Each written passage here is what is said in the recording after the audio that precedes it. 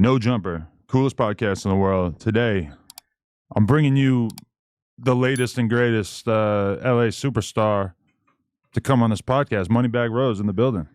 Nice to meet you. You got me thinking that we had to have you on the podcast because of some recent controversies, but we don't got to start with all that. We could get to that by the end of it. All right, man. We can talk about it. Definitely. Okay, so give us the backstory. Give us a little bit about where exactly you're coming from and what it was like coming up in these mean streets. Well, coming up in these main streets, you feel me? I've been a little bit all over, but you know what I'm saying? I'm from the land of no pity. If you know, you know. You know what I'm saying? The big bad east side. Mm-hmm. So, childhood was cool. And, my father was somebody in the streets. You know what I'm saying? So, as far as like, you know what I'm saying, me and what I represent, you feel me? I represent my father. You feel me? What are your earliest memories of seeing your dad as a kid, and what was your understanding of what he was up to? Junior high. Okay. But, growing up, you know what I'm saying, on the east side with Posh, you feel me? I really like, you know what I'm saying, I seen a lot as a baby, but I'm saying the shit that I was able to comprehend, you know what I'm saying, junior, like, well, not junior, like middle school, junior high. Okay. What was it? Like, what do you remember was the first thing that kind of came to mind? Well, you know what I'm saying, growing up on the east side, you know what I'm saying, it's rough. Right. You know what I'm saying? Like, either you got it or you don't. You know what I'm saying? I'm talking about as far as school. You know what I'm saying? I'm not against bullying or no shit like that, but growing up, you had to know how to fight. What do you mean you're not against bullying? You think it's got its place? It's got its place, you feel me? Right. I have this image of being a bully. You know what I'm saying? But that's not what it is, you feel me? I just speak my truth. Right. You know what I'm saying? And if I offend you, my bad, but it's the truth. You know what I'm saying? I stand on business, So just growing up, you feel me? I don't want to get too much into it, but you know what I'm saying? I got excited with the lifestyle. Okay. You feel me? Wait, just the bullying thing. Were you bullied as a kid, or were you always the one doing the bullying? I feel like for the average person, it's a little bit of both. There's dudes who are bigger than you, and there's dudes that are smaller than you, and realistically... I mean, the ones that were bullying me is the ones I had to fight. You know what I'm saying? I had to learn how to fight. You know what I'm saying? So, I'm not saying I haven't gotten bullied, but like, taking something from me, hell no, that's not... You know what I'm saying? But you punking me for my ball, and no, hell no. Like, you taking my bike, hell no. Like, what'd your dad teach you in terms of like what you had to do to stand up for yourself, or what you were supposed to do if somebody tried to get one over on you? Always just stand up for yourself. Like, I'm my daddy's firstborn. Mm-hmm. You know what I'm saying? So, I had little brothers. You know what I'm saying? So I was always taught to be a protector. Mm-hmm. And that's just been my role, being a protector. Mm-hmm. Whether it be my family, my homies, you know what I'm saying? Just always been a protector. Did you ever have to see your dad like protect your family, or like do anything in particular to stand up for y'all? For sure. That's what turned me out. What was it? Give me an example. Like, you know what I'm saying? Not to speak, like, going into too much details. Like, mm-hmm. You know what I'm saying? This is one of the occasions where I got bullied. You know what I'm saying? And somebody tried to do something to you, and your dad had to intervene? No, it wasn't somebody. It was a pack of niggas. Oh, okay. You know what I'm saying? I was roaming in the neighborhood. I wasn't on my side of town. Okay. You know what I'm saying? I was on the west side, you feel me? And if you know the dime block, you know what I'm saying, you know the dime block, you feel me? But at the end of the day, you feel me, I ran into some niggas that was tripping. And they tried to bully me for my chain. Okay. At what age? That you already had a 14. chain? Okay. So you had a little something going on? Oh yeah, in high school, all that shit, low riders, all that shit, you know what I'm saying? I'm an 80s baby, yeah. Okay. So you're saying you were selling crack? Nah, hell no. Nah? Why do you say that, though? I feel like the 80s is like a fond memory for a lot of older dudes, because that's when like young dudes were really able to get rich. A lot of that shit was going on in the community, for sure. You know what I'm saying? But my grandfather was a Black Panther. Okay. So I kind of like grew up different with like morals, integrity. So that was like strictly off limits, the crack thing? Like selling crack? Yeah. Man, you got to do what you got to do. Mm. You know what I'm talking about? Right. Like, I'm not saying I ain't never did it. I sold, you feel me? But that's when I was young and, you know, in the streets, and I had to make a way for myself. And, you know what I'm saying? Like, to make a quick dollar, yeah, I would go get some work and flip it. You know what I'm saying? But and I'm just anticipating what they're gonna say, but you rocking back and forth like that is like, okay. Okay. You hear the that's tough. sound? Yeah. I'm cool with it. However the you want to sit. Sometimes I think we need to get chairs that don't make any noise, but I could just imagine them getting mad as at home. So I just want to acknowledge that. But okay, so was that like common from your generation though? Selling like getting into crack at a young age or selling it? I mean, shit, hell yeah. Like, I done watch my people smoke this shit. You feel me? Like, at the end of the day, shit, that, like, growing up on the east side or just growing up in the ghetto, growing up in poverty. You know what I'm saying? I like I said, I've been a little bit all over. I grew up in the Carmelitos in Long Beach. That's considered the projects. Okay. You know what I'm saying? And you got a little bit of everybody from everywhere over there. You feel what I'm saying? But shit, coming up, shit, I ain't never had to sell crack like that. Like, when I got on my own, you know what I'm saying? I've been in the streets since I was 16. Right. Well, wait, so you were in Long Beach until what age, and then you moved to? I went to elementary school in Long Beach. Oh, okay. I went to Barton Elementary, then I went to middle school in Long Beach. But I grew up in Compton. Oh, okay. So you kind of I'm been all born over and the place, raised in Compton. Okay. Yeah, my mama's a Compton baby. My granny, my uncles, my roots is Compton. How did you eventually decide to be from East Coast? My father. Oh, okay. You know what I'm saying? That was my mentor. That was who I looked up to. That's, you know what I'm saying? It was always, at the end of the day, you know what I'm saying? I didn't choose it chose me out of. You feel me? It's in my blood. I believe that shit. Did he have a input in that though? Like, did he tell you like, don't get involved with this shit? Of course. You know what I'm saying? But I see how you living, you feel me? And at the end of the day, having my, like, going back to the conversation about me being first bully, my father stood up for me. You get what I'm saying? And that held weight in my heart to never be a buster, to never be a punk. You know what I'm saying? Win, lose, or draw, get down. You know what I'm saying? That's just my mentality, you feel me? Even me fighting DW Flame. You feel me? I was rewatched that today. You know what I'm saying? Classic war. You get what I'm, but at the end of the day, I got the call at the last minute. Oh, really? You know, he was already buffing and was scared to get down with him. And I got the phone call. Wait, so were you like the Bosco replacement in that shit? For sure. Oh, okay. You know what I'm saying? And well, at the end of the day, you know, I believe I was Compton Menace replacement. Oh, okay. He called about, I don't think that was gonna work. You feel me? But Compton Menace is my homie from Compton. You feel me? Shout out to Compton Menace and whatnot. But he had broke his ribs riding his bike in the park. And he asked me would I take the fade, and I took it. Right. You know what I'm saying? You talk about squabbling a nigga for a bag, I do this shit for free. Right. Did you know DW from in particular before that or not? Not at all. Really? Not at all. I just got the phone call. Did you ever thought about doing the celebrity influencer boxing type thing before?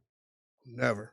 I was just strictly doing money bag rolls, clothing, and rap. Right. And then I fell off and started doing, like, you know what I'm saying? Like right now, I got The City Got Talent. It's a reality TV show starring me and all the homies. Right. Just trying to put on for the city. Was it weird fighting somebody that you didn't have any animosity towards? Not at all. I'm a prison baby. I did 18 years in the prison. Okay. So, you know what I'm saying? Like, at the end of the day, you know what I'm saying? He needed somebody to fade. A lot of was turning it down.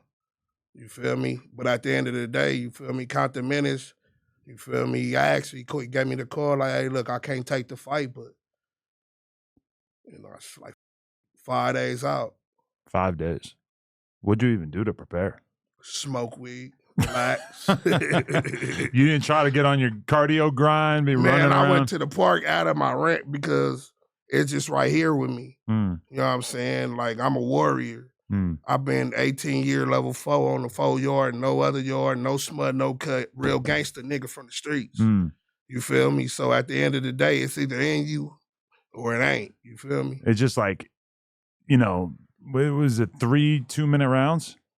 Yeah. I mean, that's a long-ass fight from street or prison standards. Hell, and the thing about it is, like, you know what I'm saying? A lot of people was bashing Mike Tyson, right? Yeah. And at the end of the day, what I realized, you know what I'm saying? The 30-year-old you ain't the 40-year-old you, and you know what I'm saying? The 20-year-old Mike ain't the 58-year-old Mike. You feel me? When you get in the ring, you know what I'm saying? Your cardio will catch up to you no matter how bad you've been working out, because it's not just only your cardio, it's your adrenaline, your nerves. I'm fighting in front of the world. Right.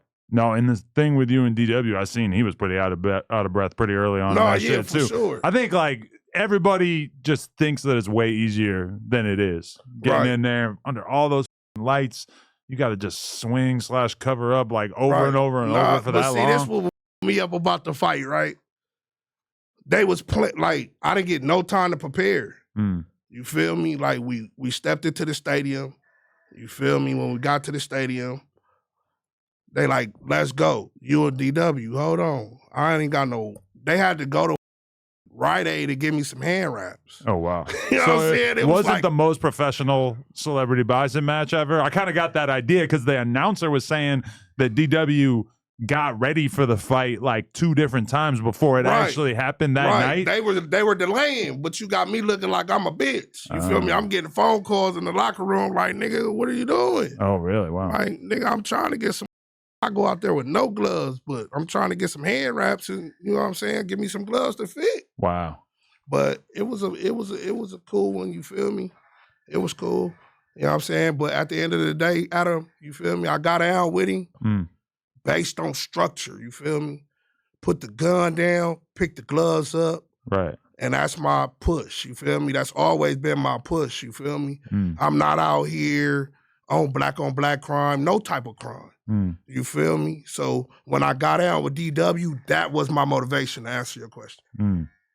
It was kind of weird too, because like you like slip at one point and basically like fall forward, and then the announcer says I was winning the fight. Yeah, but then they just end it. I was winning the fight, bro. Yeah. In the first round, you feel me? I knocked his mouthpiece out. They were like, oh, Moneybag Rose mouthpiece. No, that's not my mouthpiece. Oh, okay. You know what I'm saying? That was the confusion there. Okay. That was the confusion. But the people on the outside judges, you feel me? If you go to the scorecard, excuse me, you feel me? I won the first round, second round. Third round was undecided because at the end of the day, I my leg up. The way he pounced on me, we not at this point, we both tired, we wrestling. Right. You know what I'm saying? But I'm old, Adam, you feel me? I'm a young OG, you feel me? How old are you now? I'm 40, bro. 40? Yeah. Same.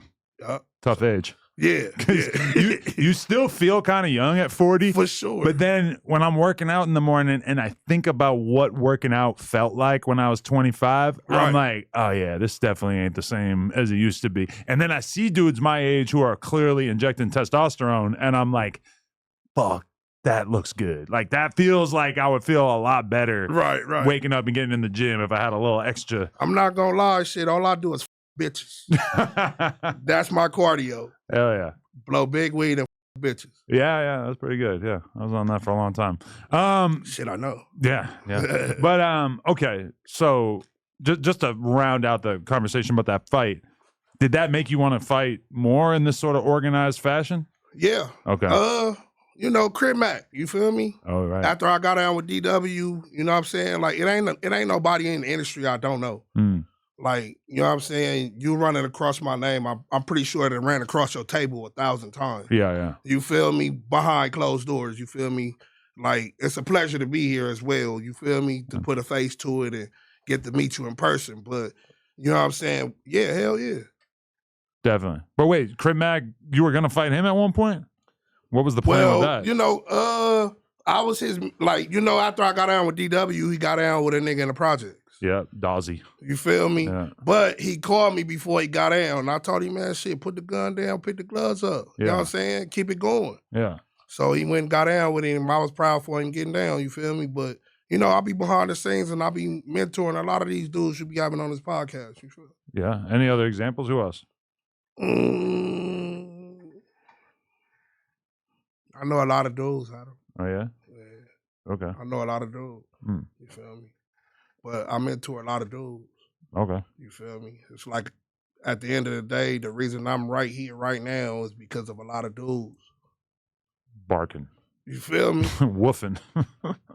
I almost said barking. Okay, but so just to go back in time, during high school, like, what was high school like during your era?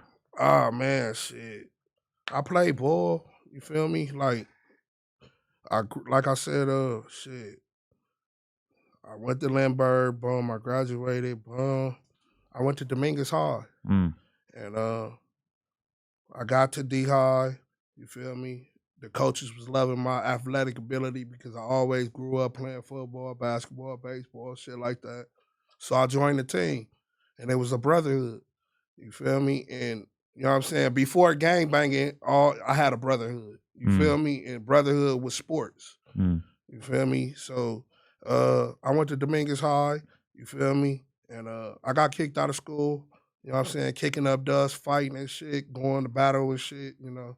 And I transferred over to Paramount High. I got over there, I got back into sports and went up again. And you know what I'm saying? Back in them days, it was riots. You feel me? We had racial riots at school. Really? Yeah, so it was a racial riot that kicked off at Dominguez. I was a part of. You know what I'm saying? And Paramount High, it was a racial riot. And a racial riot in high school is like literally everybody who's of that race, or like anybody who's. Hell yeah. If you Hispanic, you ride with the Hispanics. If you black, you ride with the black. If you brown, you ride with the brown. If you're a dude who's not involved in gangbanging in any way, are you still expected? You still have to show your ass. Really? Wow. That's where I got it from. You feel me? Like at the end of the day, because if you don't get down, everybody gonna get on your ass. Like you's a bitch. You didn't get down, bro. Like it's one for all for one when it comes to your race, bro. Like that's just something we grew up knowing at that time. You feel me? Like, you know what I'm saying? We're gonna get into that later because I know you want to ask me about it. What? Oh, okay. Yeah. You feel me? But it's a reason. You feel me? Like I grew up different. You feel me? Like there's no offense to no other race, no other culture, because I'm not like that. You feel me? I grew up like we shared in my hood. We shared a community with the Hispanics. Right. You feel me? They came into my neighborhood. No offense, no shades. You feel what I'm saying? That's how far back my mind go. You know what I'm saying? Like the Rodney King riots and shit like that when you burn the city down and shit like I seen that at 8 and 9 years old. You know what I'm saying? That's that type of shit where you have to stand up for your people. Right. You know what I'm saying? When they got off on, who was it? Rodney King. When they got off on Rodney King, it was a riot. Oh, yeah. You get what I'm saying? And you had to stand up for your peoples. Like, we was burning shit down. We was looting. We was f***ing the city up. I was like 8 years old on the East Coast watching that shit on the news, just like, that's what we the same. Man, that's what I'm saying. But I was really in the midst of it. Really? You know what I'm saying? Grabbing couches, TVs, and all the shit. Really? You know what I'm saying? That's the era I grew up in. It's something that's not, you know what I'm saying, talked about much, you feel me, because we're in a new generation, a new time. Yeah. But if you want to go back into when I grew up, you feel me, I grew up in the riots. You ever get bucked at by a Korean? Because those are some of the most iconic images of that time period is I'm not gonna lie, Koreans man, up on the roof shooting at people. I don't think nobody tried the Koreans at the Slauson. They was on the roof with choppers. Shit, they gotta protect their shit. Yeah, they did that. That's the only shit didn't burn down in South Central. Yeah, that shit's crazy. I wonder if they got charges. I think I remember hearing that some of those dudes got charged for that shit, which is kind of crazy. That's what it was. Right. So after high school, what do you do with your life? I fell into the streets. I got involved in, activities. And I went to prison. By what age? I went to prison at 18 years old. Well, I went to the county. I was fighting my case in the county. I was in it, like, to be honest, I've had a juvenile past, you feel me? I've been in juvenile hall, LP, all the shit, you feel me? I hit the county at 18 years old, and I was fighting the case. I took a deal. I got out. You feel me? I served my little time. I got out. Boom, and then shit, I was just addictive at that time. Like I didn't give a back in the like in our era. I could say our era because you're my age. You know what I'm saying? Yeah. Like, you know what I'm saying? It was you remember when they was doing the 10% for the gun? 10%. What do you mean? Like you only do 10% of your time for the gun. Really? What they Like, were just so if I trying had to 6 months, I'm only finna do 6 days. really You know what I'm saying? So just because they were trying to keep people out of jail or what? it was overcrowded for sure. Right. Hell yeah. That didn't work though. Yeah. You know what I'm saying? I mean, I feel like you see that now where like people aren't really scared of getting locked up for basic crimes, so they just kind of No, you gotta actually go through it. Yeah. Like for me, I had to go through it. You feel me? Like when I went off to jail, you know what I'm saying? Like that's when I became, you know, because at the end of the day, my childhood is my childhood. But then when, you know what I'm saying, you hit that county jail, you gotta be a man. Mm. You know what I'm saying? That's the day my life changed. You feel me? Like walking through that these big ass COs asking you where you from, you gotta represent, you gotta get down. If you don't get down, you getting marked out, you roll it up, whatever. Like that means these is, you know what I'm saying, the shits I went through far as, you know what I mean? And it just kind of like balanced my life out, you feel me? Mm. Yup, so, you know, the streets. So I got caught up in a lifestyle. right. You feel me? I was out here, you know, doing some shit I ain't had no business doing. But so you caught like basic gun charges while you were a juvenile, but then what was the case when you were 18? Carjacking, robbery, shootout with LAPD. Oh shit. What inspired you to shoot it out with the LAPD when you were getting arrested or whatever? When they were That's coming just for the you? mentality. That's just the mentality that I had at that time. Really? Like it was all or nothing. Like when you from my gang, you feel me? Like I lost my father to this shit. Mm. You feel me? Like when you from my gang, you gonna go all out. You feel me? And you know what I'm saying? At that time, my mentality, you feel me? I wasn't a thinker. Mm. You feel me? I was influenced by the streets and I was on street activities. Right. You feel me? So, you know what I'm saying? Carjacking, robbery, shit, I'm finna go do 25 to life. I might as well. But that's one thing people always say is like, oh, everybody's so tough when it comes to shooting at their ops, but then the cops come and y'all just throw your weapon down and get arrested. Which, so you tried the other side of that. Which, I've tried the other side. Yeah. You feel me? So when we talk about streets and we talk about politics and we talk about, I know what the I'm talking about. Man, I had 77 division on my ass. Mm. You feel me? And after having done that, I had to go through the county jail and get down with COs and you feel me? All the shits they set the nigga up, sending me other pods and all the shits I got. You feel me? So like, just because they know that you shot at a cop, therefore they want to all up. Wow. You know what I'm saying? But at the end of the day, shit, LAPD was out here knocking shit down too. Really? Like I was scared. Like it had been plenty of times the police to, you know what I'm saying, popped at a nigga. Like, you know what I'm saying? Back in the day, like shit, you never know. They was planting burners on a nigga and all type of shit. Like, they not straight. The police is gang. They more gangsters than gang. Right. Because so many people have that sort of like basic opinion about street shit, which is like dudes should just let the cops do whatever and just be good, upstanding citizens, and you won't have to worry about dealing with the cops. And then you hear stories about crazy shit with the cops planting drugs and guns and whatever. I've been a victim of that. Really? You know what I'm saying? Like at the end of the day, when you in the hoods, you don't get no pass. Like you boxed in, bro. That's why I be trying to, you know what I'm saying? I don't want to see this shit for no other nigga. Mm. Like, and I always give and I give back and I speak on this shit, you know what I'm saying, to bring awareness to this shit. When you in the city, you boxed in. Mm. I look like carrying a pistol and the police rolling up on me on the block and I got to do some running and all that. You feel me? You boxed in. Right. You feel me? In the state of California, it's illegal to carry a gun. In other states, it's not. But at the end of the day, what the you gonna do? Right. I always feel like it's kind of weird that there aren't like more white gangs, but do you ever think it's partially because if you're white and you were intrigued by that lifestyle, you would probably just become a cop? Nah, I got some down-ass white boys from the hood. Yeah. Can't say that. But such a small percentage of like of like of the average gang, it's got to be like 1% white at most, right? I don't know. Really? It's Okay. a gang of white Crips. Okay. I got a song called Gang of Crips. Shout out to the Blue Team. Yeah. You know what I'm saying? But yeah, gang of Crips. It's a gang of white. Like, the world is big. I got gangs. I got repping this shit overseas. Right. You know what I'm saying? Like, they really down for the Blue Team. Really? Yeah. You know what I'm saying? The Blue Team, that squad. You feel me? Like, at the end of the day, you feel me?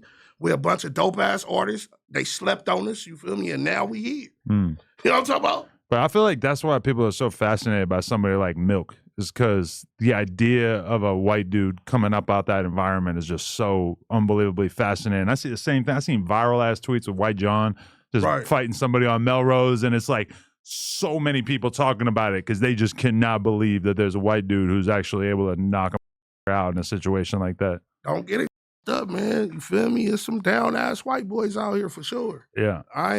You feel me? Me personally, you know what I'm saying? Like you said, it's not a gang of them in the hood, but you know what I'm saying? When I go out of state and shit like that, like doing shows and shit, you feel me? I run into some down ass white boys for sure. You know what I'm saying? I be with the activities. If you see a white dude and he's got a swastika tattoo, do you look at him like a op? Yeah, I'm slap the shit out that nigga. I just always wonder how like black gang members would feel when they see that shit, because I see it occasionally. I just seen that very shit, bro. rarely. I seen them like walking down, like in Columbus, Ohio. They was walking down. Yeah. I seen that. Yeah. I was like, wow, man. Like South Central, you would have got slaughtered.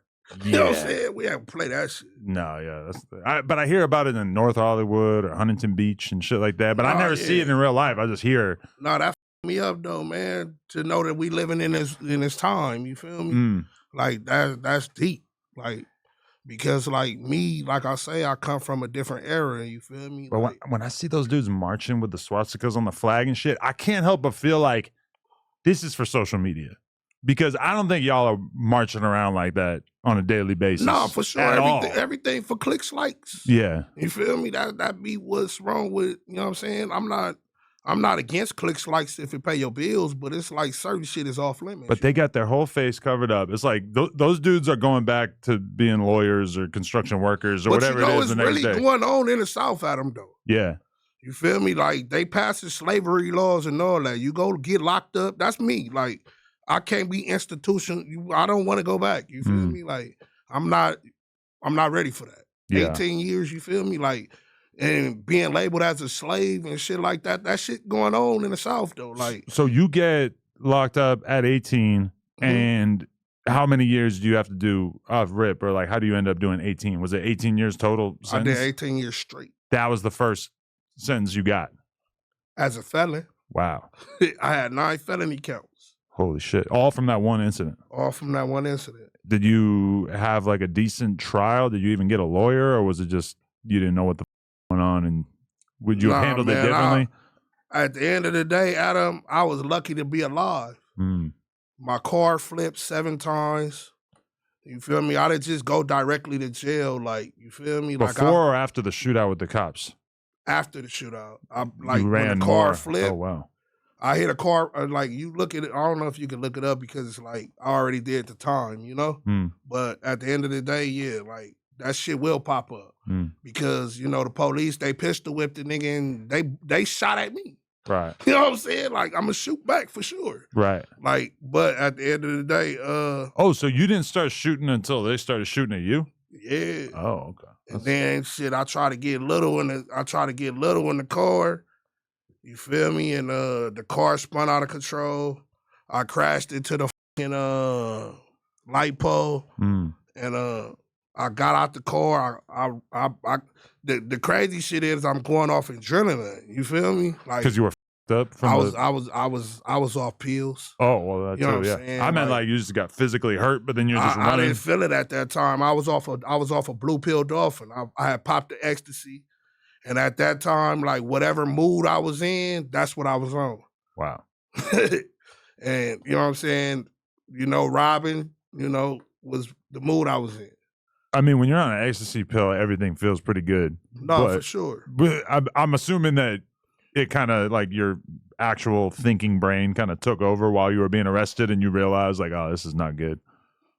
Well, shit, when you in a high-speed chase and you running from LAPD, you know what I'm saying? Hell no, it's not good. You know what I'm saying? Like, after I crashed the car, I hopped out, I ran, you feel me? I down there, got away, but the bird was on me. Really? Even back then, they were good with that shit, huh? They was good with that shit. You feel me? And I'm in Enemigo hood. I'm all at Harvard Park. I'm all in the brims. I'm from 6 Deuce East Coast. What I'm doing over here? Oh, shit. You know what I'm saying? Like, so, you know what I'm saying? I got shot at. They pistol with me, fucked my face up. I went to the hospital. I was handcuffed to the bed. And, you know what I'm saying? I didn't even want to, when you in the county jail, I'm squabbling niggas, face swole up. You feel me? So you got to fight even though you just went through the craziest shit ever? Yeah. Wow. I had staples all in the back of my head. Still testing me. I'm limping. My leg up. They don't give a about none of that. Would you say that you got a lot of respect, though, by the time you actually were processed and you settled down? I got a gang of respect. Right. You feel me? At the end of the day, you feel me? You gonna either, you know what I'm saying? It's a dog-eat-dog world when you in the county. You feel me? So I refuse to get ate up. You know what I'm talking about? Like, I'd rather eat with the rest of the pack. Right, definitely. Okay, so throughout those 18 years, like, how much did you change as a person? Because you get locked up when you're 18, 19 years old. You still are that I'm wildin'. Hothead. I'm wildin'. You basically just finished puberty. I'm tearing the county up. I'm tearing the county up. Really? Okay. I'm the county over. The police. I don't give a about nothing. Nigga, they just took 18. I'm like, fuck did I go to trial and all that. I was so much of a, like, 18 years, 2 strikes, never been convicted. And you throw 18 years with 2 strikes, like, that's when I woke up, like, damn, like, they gonna strike me out in prison anyway. Like, you know what I'm saying? Because, you know what I'm saying, you carry Kisu, you get caught with drugs, they gon', you know what I'm saying? That's a case. You go to jail in jail too. You feel me? But at the end of the day, shit, man, what? So your mentality was like, I don't give a I'm going to keep breaking the law in here. So I don't give a fuck. I'm going to probably end up getting more time. So I done caught more time. I'll probably never get out of here. I didn't give a Really? until I ran into my daddy in prison. Really? You know what I'm saying? Like, my pops, like, laced my boots when I got to prison. Like, my daddy was already serving sentence on, like, he been in and out of jail all my life. Like, so to, you know what I'm saying, give you more backstory, when my daddy went to prison, I kept the name alive. You feel me? I'ma hold it down while you locked up, whether you like it or not. You know what I'm saying? I look like you. But so how many years in were you before you ran into your pops? 12 months. Oh, okay. I ran into him in reception. And what kind of game did he give you at that point? Like, he was hot. He was hot. He was hot. About you being in there? About me being in there, how I went out. You know what I'm saying? Like, at the end of the day, you know what I'm saying? The community is still about structure, you feel me? Like, you wouldn't want, like, your son, like, if me and you were cool, you feel me? My pop's an OG, you feel me? I'm gonna give you a scenario. Like, you wouldn't want, like, my pop got homies, you feel me? Like, my pops wasn't out here encouraging homie sons to gangbang. So, you know what I'm saying? My father felt like, you know what I'm saying? Like, he was mad. He was mad. Like, because he felt like the homies could have snatched me up before I hit the pen. Definitely. Do you agree with him? Like, I agree. That's why I'm out here snatching niggas up. You feel me? Because that's what my father, you know what I mean? Like, at the end of the day, you don't want to see these dudes go to, like, I've really been through it. You feel me? When you talk about prison, you know what I'm saying, and actually surviving, I've been through every walks of life throughout. You know what I'm saying? From Pelican Bay, Calipat, you name it. You feel me? Like, I done been in the hole. Just don't know what that shit is, Adam. You feel me? Like, how much time you think you've done in the whole total? In the shoe, shit. I did like 5 years in the shoe. 5 years straight? 5 years, like, on and off. Like, one time I went for like 15 months, 12 months, 11 months. They break the shit down, you feel me? Like, if you got 3 years, they give you like a little percentage. And, you know what I'm saying? But you going to the shoe, though. What did you do to actually get in solitary for that long? Stats and shit. And that's just, you gotta be able to do that to survive in there? Hey, look, man, shit. Like, when I was 18, I was wilding, you feel me? You get the squabble, you feel me?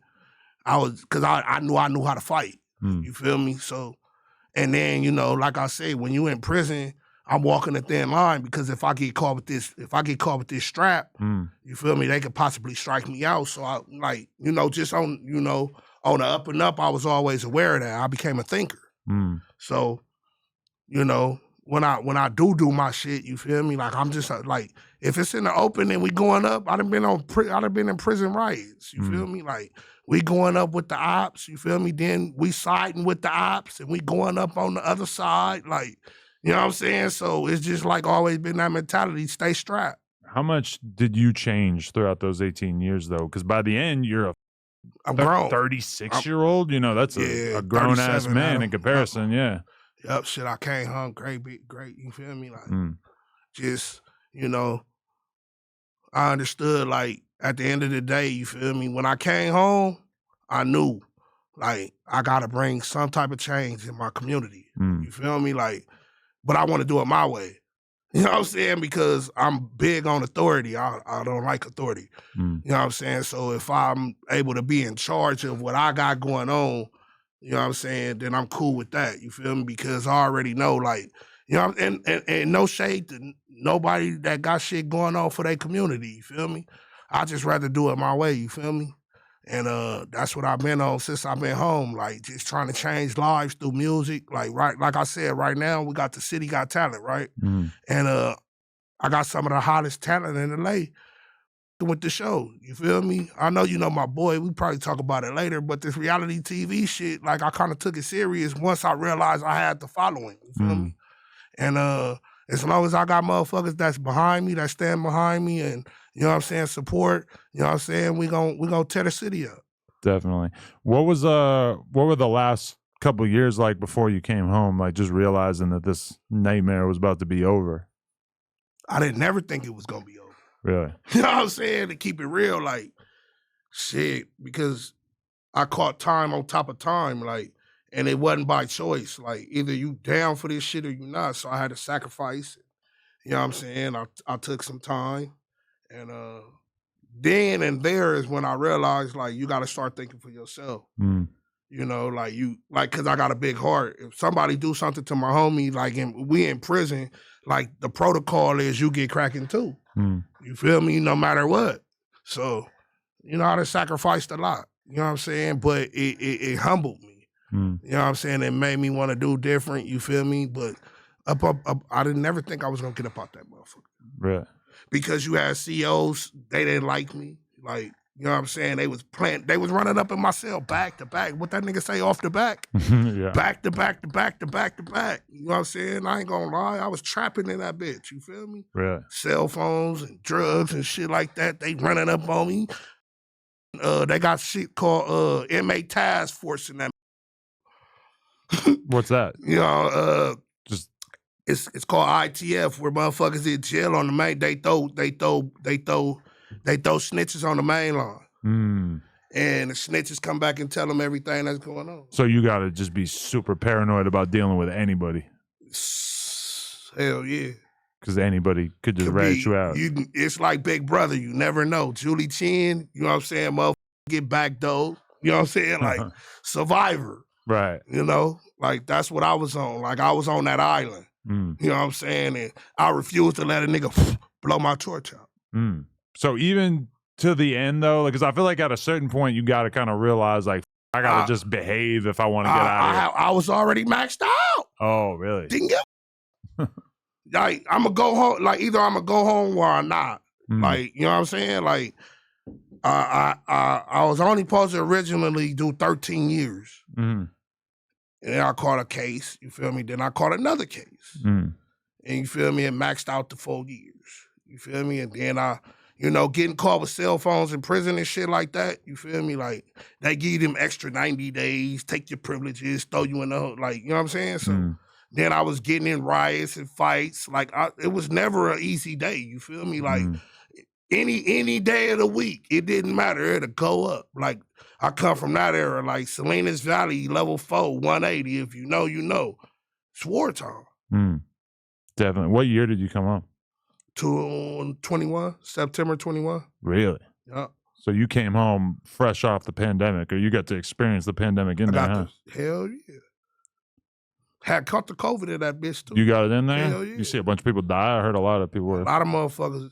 It was like a whole nother world. When the pandemic hit, they locked you down. You didn't come out your cell. You know what I'm saying? You up in that motherfucker 23 hours. Well, they say 23, but bro, it's 24 to be technical. You gonna bird bath in that bitch. You know what I'm saying? And if we feed you, we feed you. You better got some lockdown canteen type shit going on. You know, and that's why I I was grinding to stay fed. Like, we're going long ass lockdowns. You better have a sack. You know what I'm saying? When that nigga get his package, hell yeah, nigga, I need that. Right. You know what I'm talking about?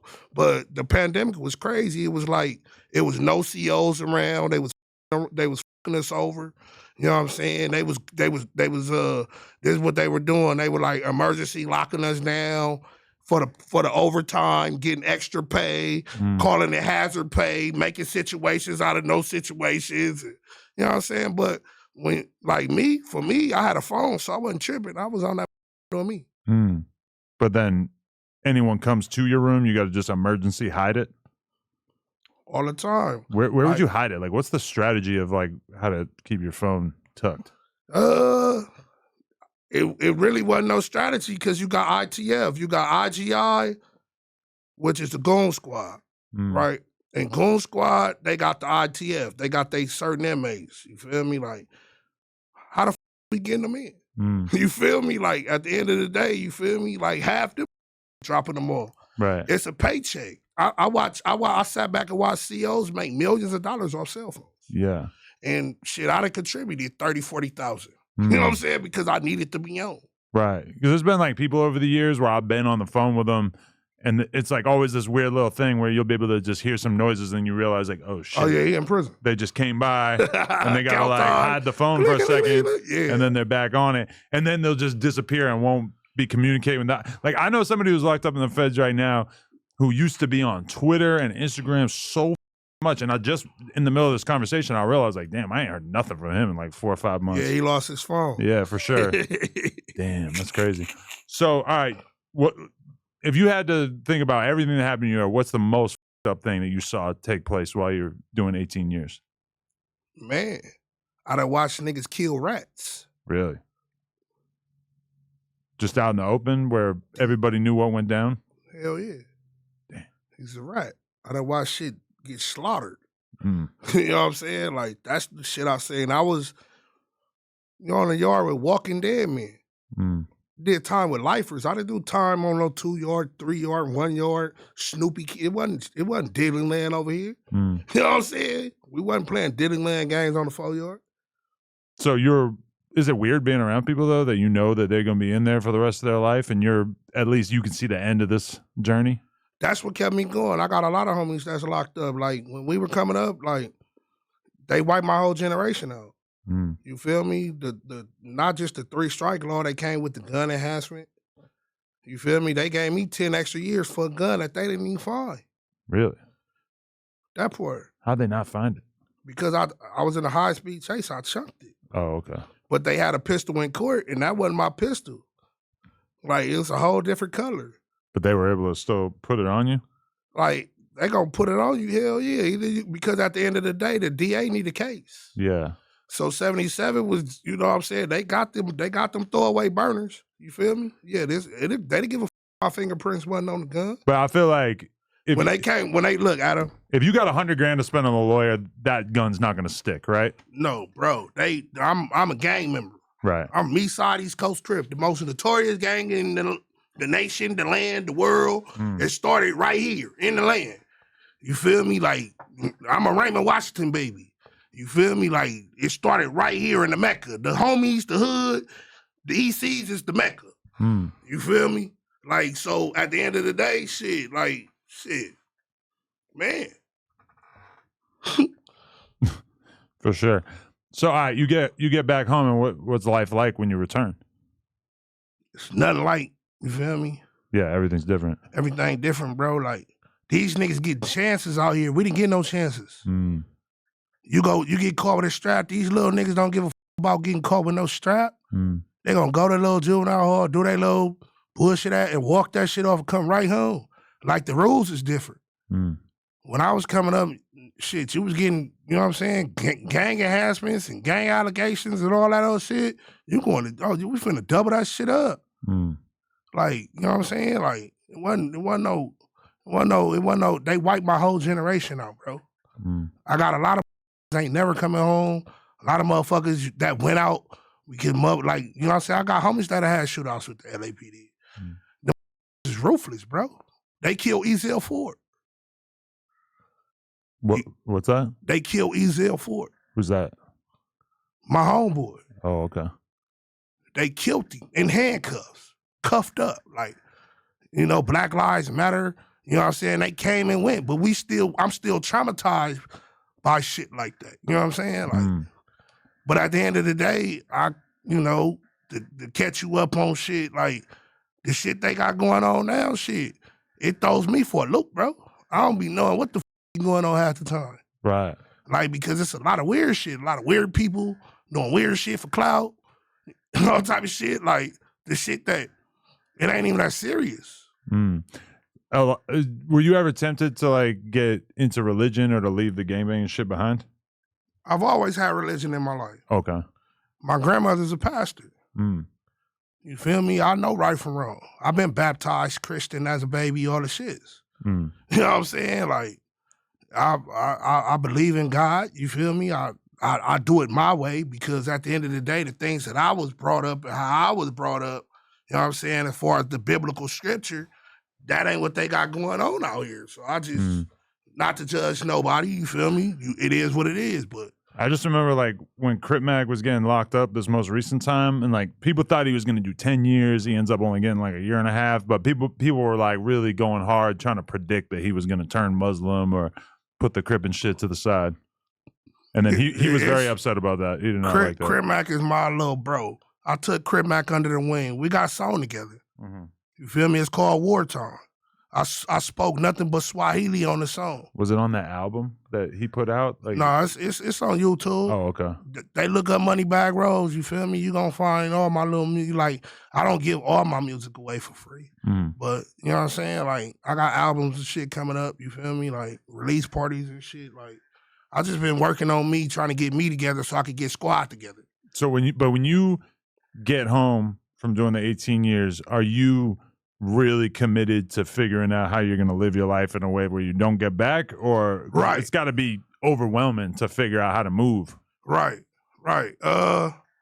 Shit, I knew I didn't want to sell drugs. You feel me? I didn't know, like, I grew up hanging on corners.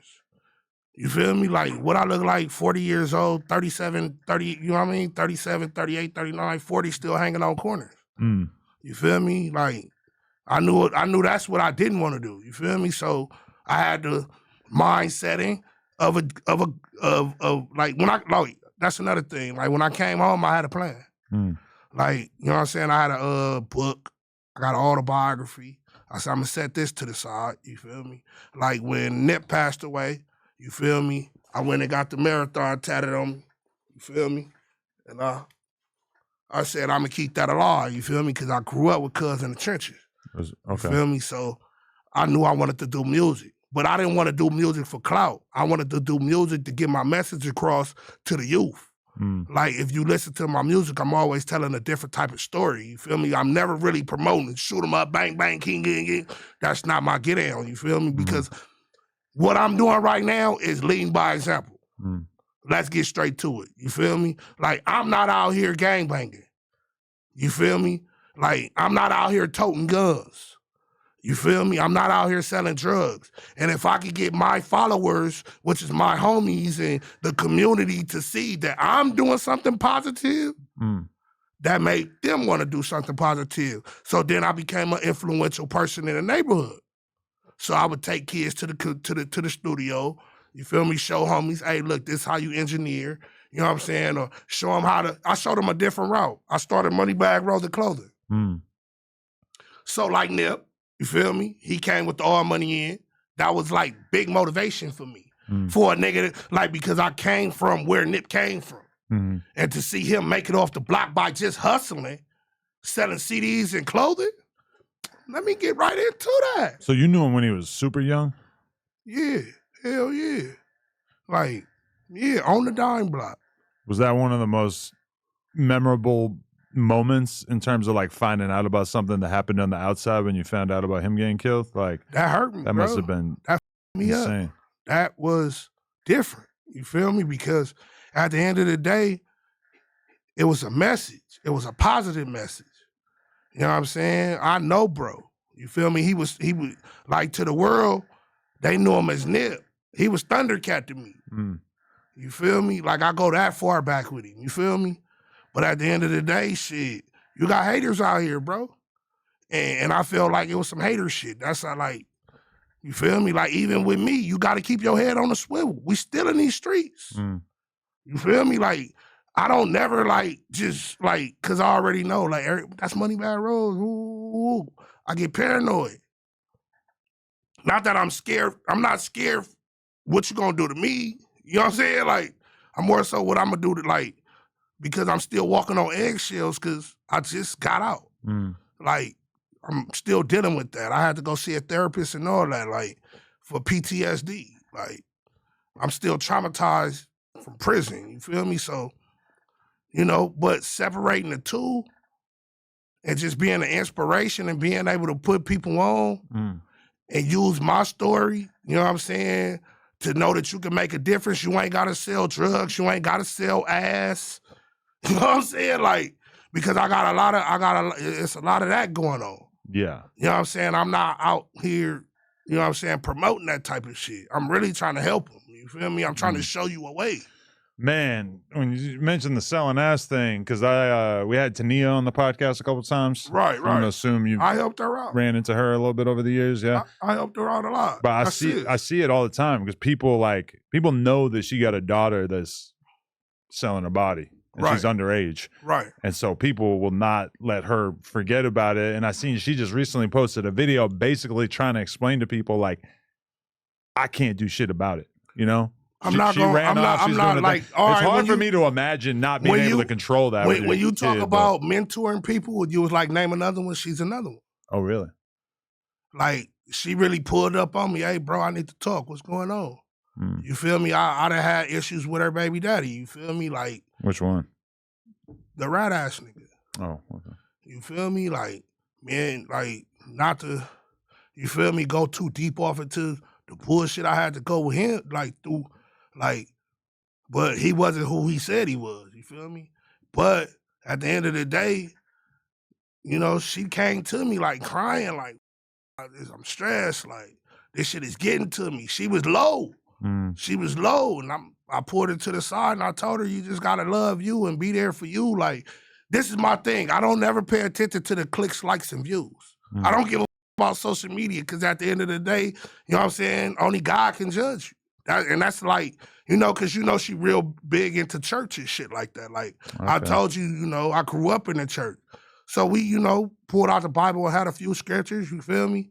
And she been doing cool ever since. Definitely. Okay, but that, like, what does your life actually become like when you get home from the 18 years? Were you able to actually leave the streets totally behind, or a few hiccups? It's not leaving the streets behind because I'm going to always be where I'm from. I just want to move different and show different. Like, you know what I'm saying? Like, gangbanging ain't where it's at. It's just watered down at this point. You got cameras everywhere, bro. Like, like, this is what I tell my homies. I wouldn't tell you to do nothing that I wouldn't do. To put myself in a fucked up situation, whether it was 6 feet deep or behind the joint. You feel me? Like, that's always, you feel me? But I could never just leave it behind. It's not in me to leave nobody behind. A lot of people say the streets are basically dead because, yeah, there's cameras everywhere. It feels like a lot more people rat than ever before, or at least we find out about it a lot more consistently because the footage of the interrogation rooms and the body cameras keeps coming out. Look, Adam, let me talk numbers to you. Sure. LAPD, right? They got they got a trust fund. You know what I'm saying? For the informants out here. You feel me? Them is making $100,000 a year. You talking about the grid program or whatever? I just Do you said, consider that, if you're a part of that, you're a straight up snitch? If this is what I'm saying, Adam. Okay. You hear me? These is making $50 an hour.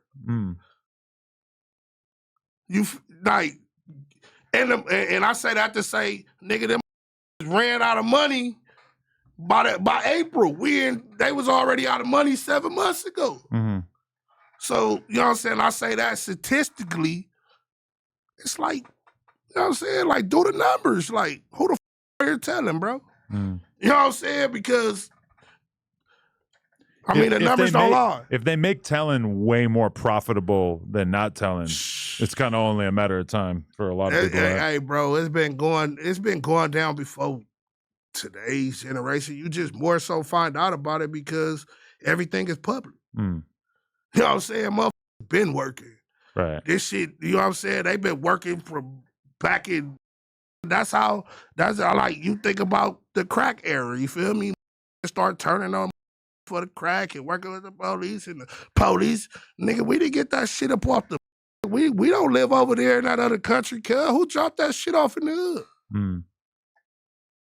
The police. But now it's like, when you think about the drug trade and like who's in charge of it, it's like you don't even have to have Americans involved in it, damn near. Man, the police dropped that shit off in the section.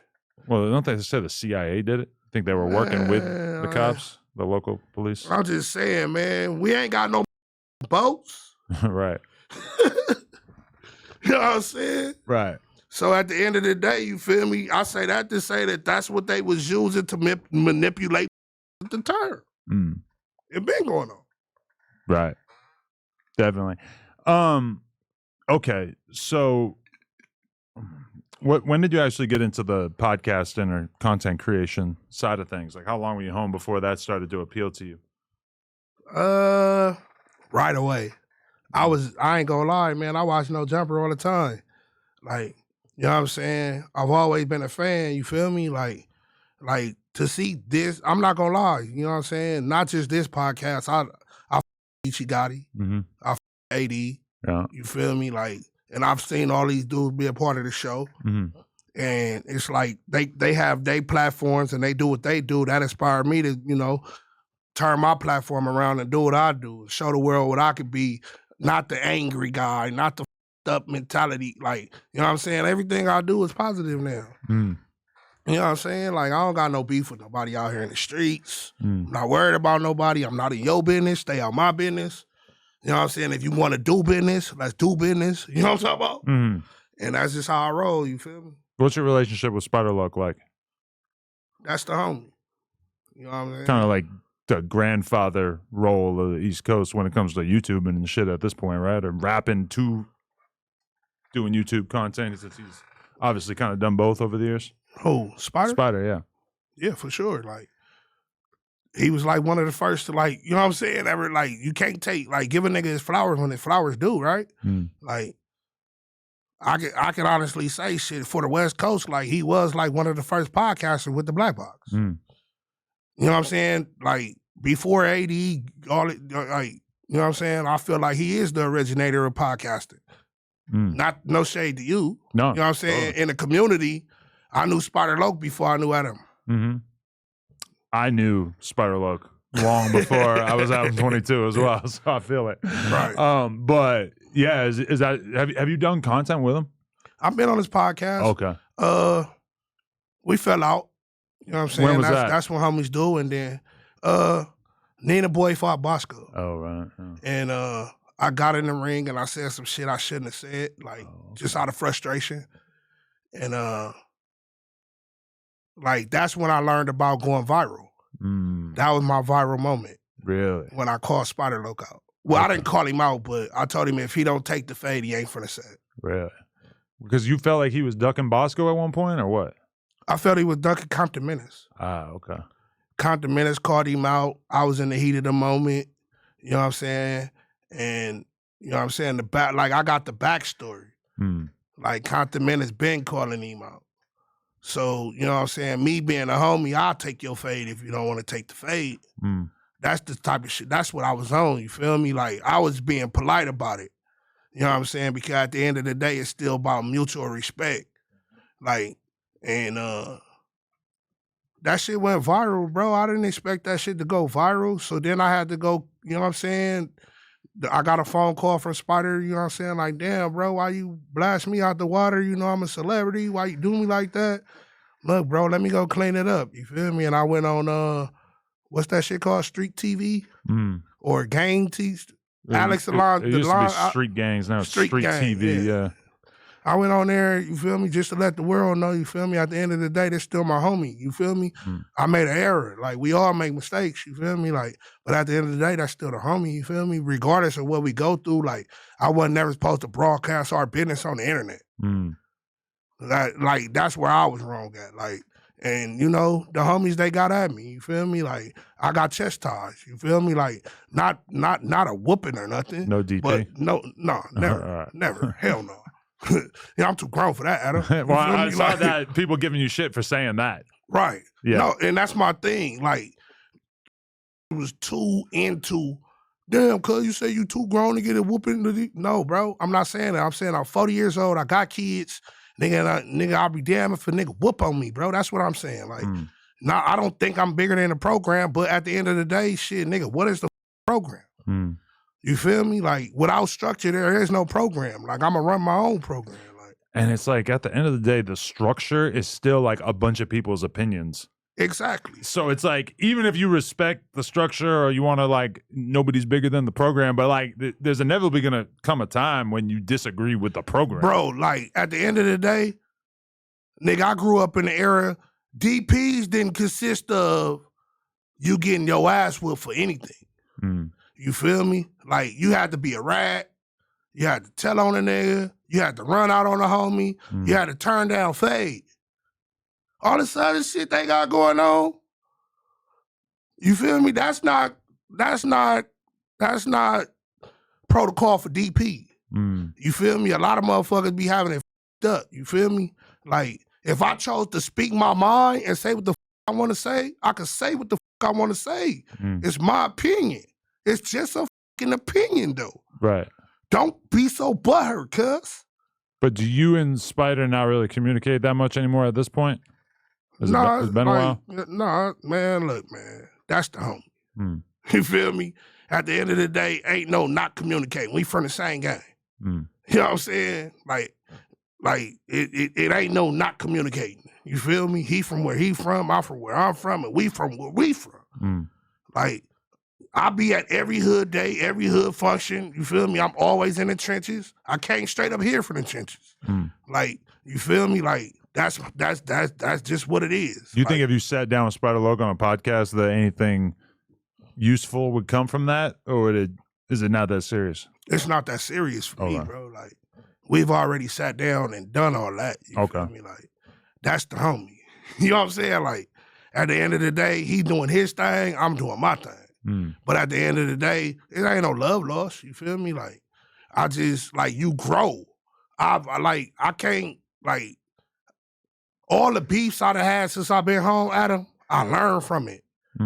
I grow, you feel me? Like, I'm grown, bro. Like, we human, you feel me? Like, you had a bad day, I had a bad day. I said, you said, me, you feel me? If we really click and we really boys, you feel me? We gonna get over that. I'm not finna harbor feelings, go on the internet, talk about you, drop lies on the internet, expose no hood business on the internet, make you look like anything but what you not is my homie on the internet. You know what I'm saying? I'm not finna get on the phone and get to calling around, talking behind your back. You know what I'm saying? Being a snake ass nigga on the internet. None of that old type of shit for the internet.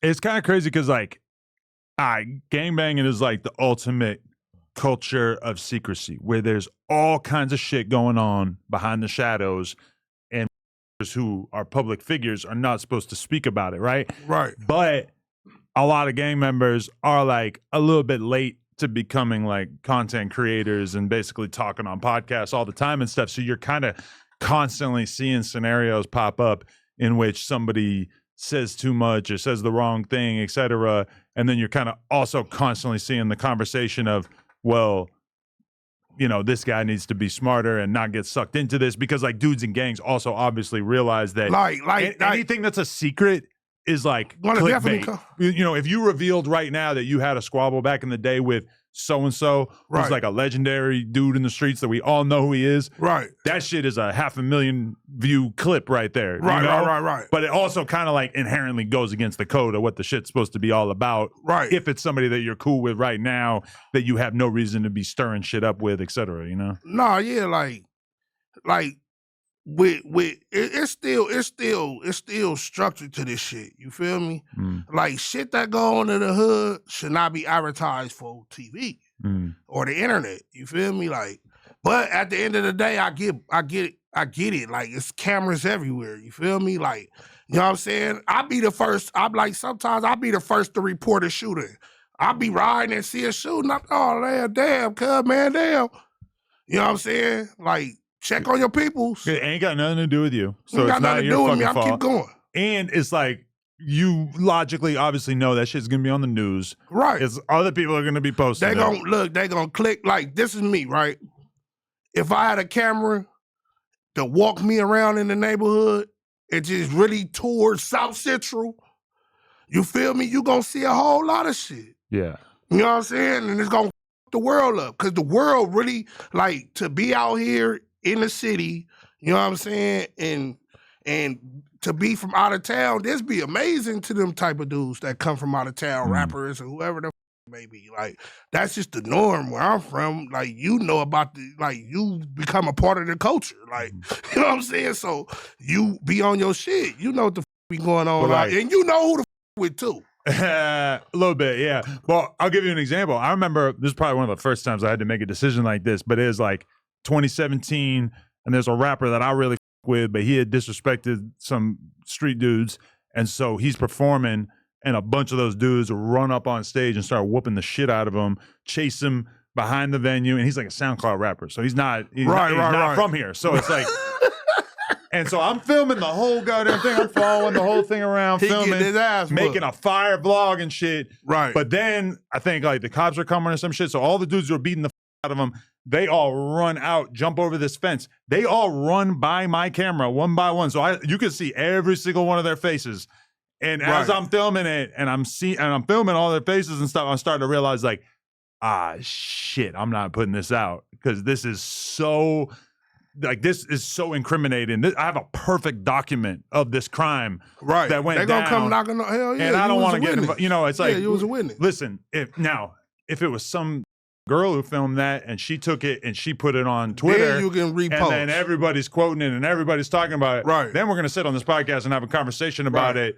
And it will also be kind of awkward because it's like, you know, sometimes you'll know exactly who the it is, and like people on Twitter don't necessarily know, and you don't want to air it out. But like, you know, those situations kind of are always happening. Sure. You just don't want to be the first person putting it out there, because you and me both know that if somebody calls into academics right now and says, "Oh, so and so killed this dude," for sure, and maybe it's something we all heard before, for sure, he gonna spill the beans. All of a sudden, we can talk about it. Right. Because somebody else put it out there. Yeah, he already But nobody wants to be the first person to bring it to the table. You are great at what you do. For sure. Yeah. You're great at what you do. Oh, thanks. You know what I'm saying? Like, it's already out there on the internet. Like, why can't I capitalize?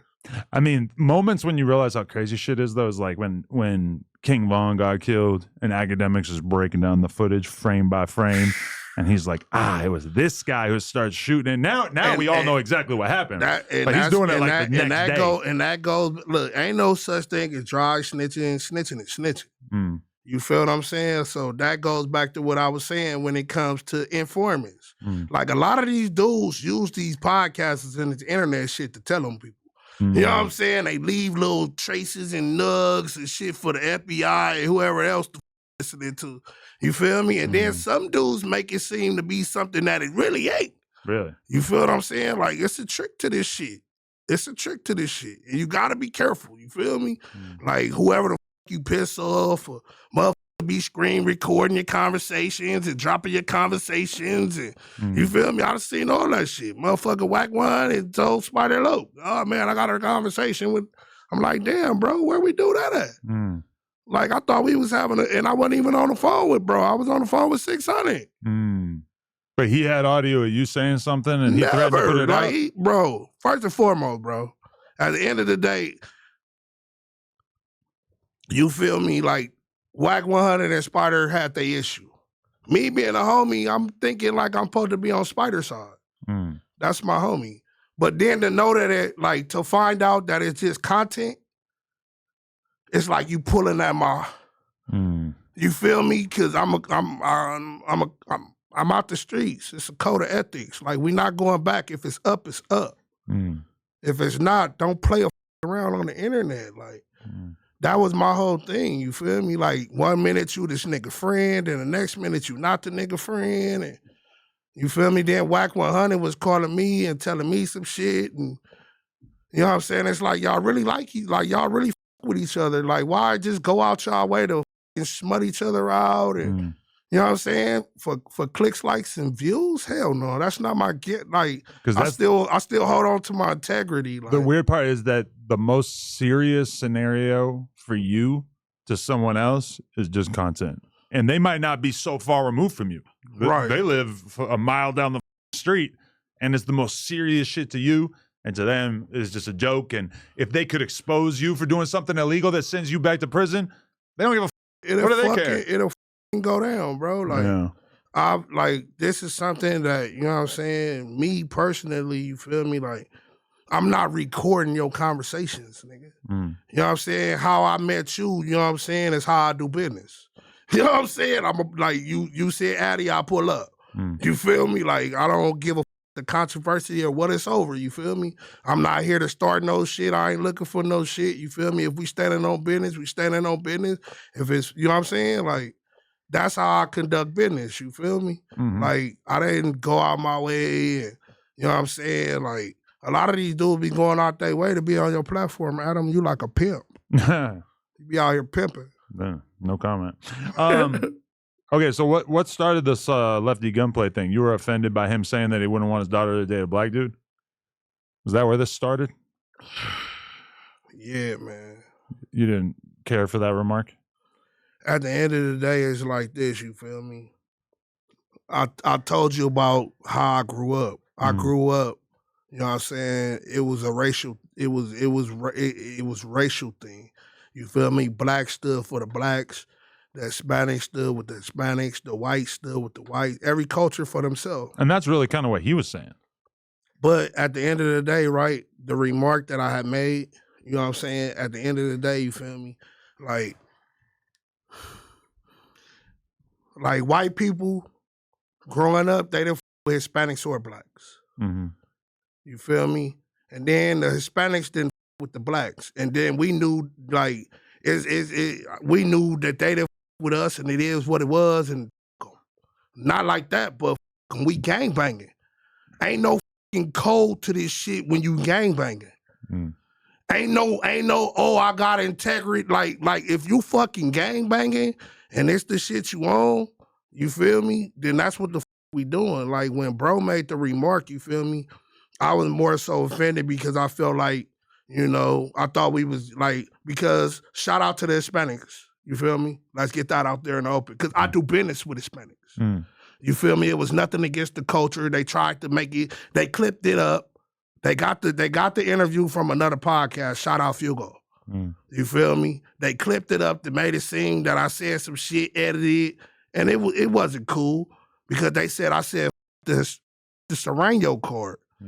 You're trying to make it a race war at this point. I don't do clicks, likes, and views to be the face of some racial shit, bro, because that's not what I'm on. So, you know what I'm saying? Going back to the Lefty Gun, I felt like, just my opinion, I would never use, you know what I'm saying, music, you know what I'm saying, or because at the end of the day, he's a gangbanger. I'm a gangbanger. You feel me? So, you know what I'm saying? His gang grew up not liking blacks. My gang grew up not liking Hispanics. That's just how it was. You feel me? So for you to use your daughter to paint your narrative, I felt like that's fucked up. Let her be her own. You feel me? Like, I don't be at the house teaching my kids, oh, don't with Hispanics or don't with whites or don't, you know what I'm saying? And then you can't bring them home and you feel me? That's not how we rock. If you doing like, because at the end of the day, if you doing music with us and you with us on that level, then what example are you setting for your daughter? That's all. But, you know, Lefty Gun, got no issue with him or nothing. It's just my opinion, bro. Right. You got kids? I got kids for sure. How old? Grown. So you've probably had to kind of deal with this? All my life. Okay. Have you had weird conversations about them bringing somebody of a different race? Or if your daughter's dating a Mexican dude, is it just, all right, cool, I'd like to meet him, I want to make sure he seems solid? Look, my daughters could, bring home whoever. As long as you got a good heart, you come from a good family, you know what I'm saying? Like, I don't, because that ain't the times that we really living in South Central. You feel what I'm saying? Like, you have Hispanics that's in my neighborhood. You have Hispanic gangbangers from a black gang. Like, we all functioning with each other. So it's just like, you with the culture, you with the culture. You feel me? Like, that's it. That's all. Like, it was just an opinion. You feel me? But that's just how I was feeling. I was in a rage because, and mind you, it wasn't just that. You feel what I'm saying? It was like he had got backlash behind it. I didn't know that he had got backlash behind it. I wouldn't have never went after bro because, you know what I'm saying, he had already probably tried to clean it up, sweep it under the rug, like, let's move forward. You know what I'm saying? And let's continue to do business. Definitely. It's kind of weird too, though, because it's like, ideally you want to raise a kid who's not going to give a about any street shit like that or any racial shit like that. Right. Like, when I picture my kid, if she ends up dating a black dude, a Hispanic dude or whatever, it's probably just going to be because they get along. She likes her personality, whatever. Like, that's it. And it would be so, like, you really want to raise a kid who's going to think that a person's race is completely irrelevant. That it doesn't matter. Bro. Right? It don't matter. Right. You get what I'm saying? Like, at the end of the day, like, I've dated Hispanic women. Like, me personally, I'd have had Hispanic women get kicked out got kicked out of their houses for dating. Really? Wow. You know what I'm saying? I get it. You know what I'm saying? But we not living in those times. Like, we're not living in those times. You feel me? Like, it's like everything is like freedom of speech, freedom of this and freedom of that, and it is what it is. Like, my kid is 4, and she still has absolutely no idea about race, and I'm just kind of wondering when that's gonna wear off. Well, I got shout out my daughters, Kamora and Jay. I got twins at the house. They 14. I got a little son, Chewy, 8.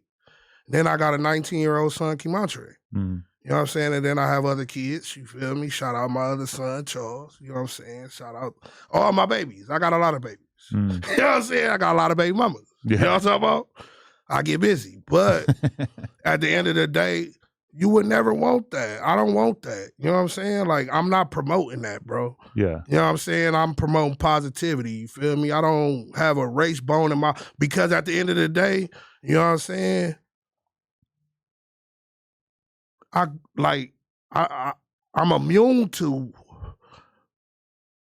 I'm traumatized. You get what I'm saying? Like, I was like, no cap. In the riots that I was telling you about, the Hispanics was out there getting it with us too. They was looting too. The whole city, they was out there getting it with us. They didn't whoop a Hispanic, they whooped a nigga. But they was out there getting it in with us. That's the culture that's where I'm from. That's why I felt offended. What did you say? You said something about his daughter, though, that was like real offensive, that pissed him off, or the people were a little worried about for a moment. No, man, Lefty, look, first and foremost, bro never, like, at the end of the day, I said, and it got took out of context, right? I said, basically, like, if you don't want your daughter dating black men, you know what I'm saying, along the line, you don't want your daughter dating mama. Oh, if you don't want your daughter dating black men, you don't have to, she don't gotta, what I say? You don't want your daughter dating black men. I forget what you said. I just remember that I was nervous about even interviewing you for a minute, because I'm like, I don't know if I want to look like I'm endorsing that. No. I was basically, you know what I'm saying? And for the record, right? I didn't know Lefty's daughter was a minor I'm thinking she's a teenager. I'm thinking she's an adult, like, because I have adult kids. You get what I'm saying? I'm not knowing he was younger than me. Right. You feel what I'm saying? So I basically was along the lines of like, nigga, if she don't want to, if she don't want to with no black meat, nigga, then you and her too. Like, if that's what you pushing. But you were just talking hypothetically. I was just talking hypothetically. Yeah. I wasn't talking your daughter in particular. Right. Like, I'm not a pervert, bro. Right, yeah. Definitely. Okay, so what are your thoughts on the music side of things in general right now, though? Is that something you're real focused, you put a lot of attention and time into, or is it something that's just a hobby? Yeah, music is what I'm doing. Reality TV is what I'm doing. I have a whole list of individuals, you know what I'm saying, that's backing me. Oh man, shit! Shout out Silky Fine. You know who Silky Fine is, right? Sounds familiar. Who's that? She's one of the dopest legends on the West Coast female artists. You feel me? She ghost wrote for Easy. You know what I'm saying? Ghost wrote for Snoop. But you know what I'm saying? Romeo and Juliet, Hot Sex on the Platter, make it wasn't with you, her and Rome. Oh, okay. That was like my favorite song, you know.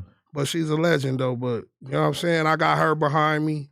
I got the homegirl Joisha behind me. We got the City Got Talent. It's like when I laid back off of the bullshit that was going on the internet, gravitated towards me. And they feel like, hey, look, we see a future in you doing podcasting, or we see you a future in movies, or we see you in the future in, you know what I'm saying? A lot of other doors started to open up, you know? Yeah. But rapping, I get to that. You feel me? I got songs with legends. I can name them. You feel me? Like, if you know, you know. But I started rapping with the Blue Team. And that's where my heart at, you know? Like, you know what I'm saying? Shout out to my brother in the room, Ribby. Shout out to SS. Shout out to Revenue. And shout out to my homeboy, Nutbone. You know what I'm talking about? I told Spiderluck that if we do a song together, I'm going to wash his ass. Do you think I got that? You got bars, bro. You been this shit over. That little song you did with 1900 was kind of dope, bro. That was... Oh, it's the one that got removed. God damn it. They removed it? Yeah, because we didn't clear the beat. I listened to him. He told me, like, let's worry about the beat later. I'm like, all right. Yeah. Wow, he blew the bag. We could put it back out if we just remade the beat, which really would not take that much effort. So I should probably tell somebody to do that. Right, for sure. Shit, I redo the beat, man. I engineer. Yeah. It sounded really pretty good before, but they could just... I got an engineer right now, pull up that arrow. Dope as Okay. I'm going to have to send some DMs. But, okay, so you're betting on me over Spiderluck? I'm going to take that to heart. No, I'm taking your side. Like, what? I'm saying you got bars. You hear that, Spider? I'm just saying, but if it came down to some gang shit. Oh, yeah, I ain't taking it. Like, if y'all on some freestyle hip hop, I think you got some shit. You know some shit. I can do a lot of things he can't do. Yeah. He can't make gay jokes. I got that freedom, you know. You do what the you want to do. You grown. What was the beef with you and China Mac? You were pissed off that him he wasn't acknowledging they knew who you were on this podcast? Was that where that came from?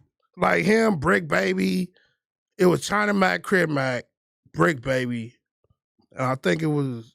I forgot who it was. I forget. It wasn't Sharp? Shoe though. I think it would probably been Sharp. I think it was. I remember that episode. And you know, Brick Baby brought my name up because I had squabbled DW Flame, and he was like, "Well, he got the bag out the deal." I'm like, at least he shouted my name out. But then China Mac was like, "Oh, Moneybag Rose, who is that? Oh yeah, man, you gotta be. Come on, bro. Like Crib Mac, my little bro. Before you came around, you know what I'm saying? Like, how you not know who I was when you was at my party, my event, some shit I do." You know what I'm saying? Like, yeah, bro. I felt offended, bro. Like, come on now. Like, and then, you know, I just felt like being a mentor, bro. Like Crib Mac, you know what I'm saying? He was misguided. I knew bro had mental issues. I deal with them myself. You feel what I'm saying? I felt like it wasn't a lot of people that was really right for him, or, you know what I'm saying, rooting for the right thing. You know what I'm saying? Like, I seen it was all about the clout. I seen it was all about the bag. And that frustrated me. because, you know what I'm saying, you don't need them type of people around, you know? Mm-hmm. And that's what I learned, you know? Like, I really felt bad for bro, like, because I really had in-depth conversations where we would be on the phone, you feel me? It was a funny shit, but at the end of the day, like, me and Crip Mac got unreleased songs that, and I it's like, bro not here and I don't want to, you know, release the song and I don't got you here. I'm not that thirsty. You know what I'm saying? So, yeah, like. Yeah, I was just having a conversation with somebody today, actually, about, like, when Crip Mac gets out, what should we try and do differently this time around in terms of both, like, you know, hopefully helping him to be steered in the right direction in terms of moving correctly so that he doesn't get caught up again, but then also, like, content-wise, how should we probably try to approach it? This go for any nigga out of my section, and I say section because I'm a neighborhood Crip, right? These niggas is my little brothers. If you on parole, probation, nigga, stay out the hood. Stay the from around niggas that you know could possibly get you in trouble. I was on parole when I came home. I ain't been to jail. If I could do it, you could do it. I feel like Crip Mac is the kind of guy where even if he's off in Santa Clarita or wherever, he ends up with a spot because he, you know, I remember he had a spot for a while that was kind of ducked off. He had all the wrong. First and foremost, he had no shade. You feel me? You have all these individuals that's intertwining and mixing and around with the around, and you feel me? Nobody ever gave a about the actual person himself. You feel me? Like, but I think there are people. I think Lupe gives a about him. No, I'm not. But I don't think Lupe can control almost anything. I'm not talking about. I'm not Lupe the homegirl. Right. I'm not talking about the homies. It's the, you know what I'm saying? You get sucked into the industry. You feel what I'm saying? You like, where the China Mac come from? Yeah, but he was out as fast as he showed up in that whole thing. I'm just saying, but where the did he come from? But all right, just like in general too, you know what worried me is when he was backstage of that Drewski shit and he runs into Blueface. And it's like all of a sudden him talking shit about Blueface becomes real life shit. You in back of this event, probably nobody got a gun in there. Right. But if anyone's going to have a gun in there, it's going to be the famous ass rapper who has the leverage to say, nah, I got to get him in and you ain't going to search him. For sure. So it's like that situation. It looked crazy, but they were cool. They like, you know, shaking hands, acting cool. But you could tell that Blueface was kind of little broing him a little bit and kind of subtly dissing him. And then Crip Mac's back to dissing him 2 days later on Instagram. And that I was even more like, damn, like I just don't know how this works out well in the long run. You talking about shit? At the end of the day, bro, they gonna figure it out. Like that's what I'm saying about the internet, right? You feel me? Whatever you say, you can never take that shit back. If you got an issue with a nigga, you got an issue with a nigga. You feel me? Like, maybe y'all can resolve the issue, you feel me, if that's what you trying to do. But if you standing on business and you feel how you felt after, you know, seeing a nigga and then you turn around and diss a nigga, shit, when you see the nigga, stand on that. Yeah. Yeah, that was tricky. But even beyond that, like, it's kind of up that, or it's very up that somebody sold him a ghost gun that didn't work.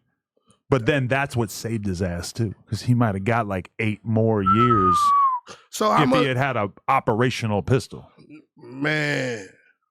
Which is kind of insane. Bro don't need a gun around me.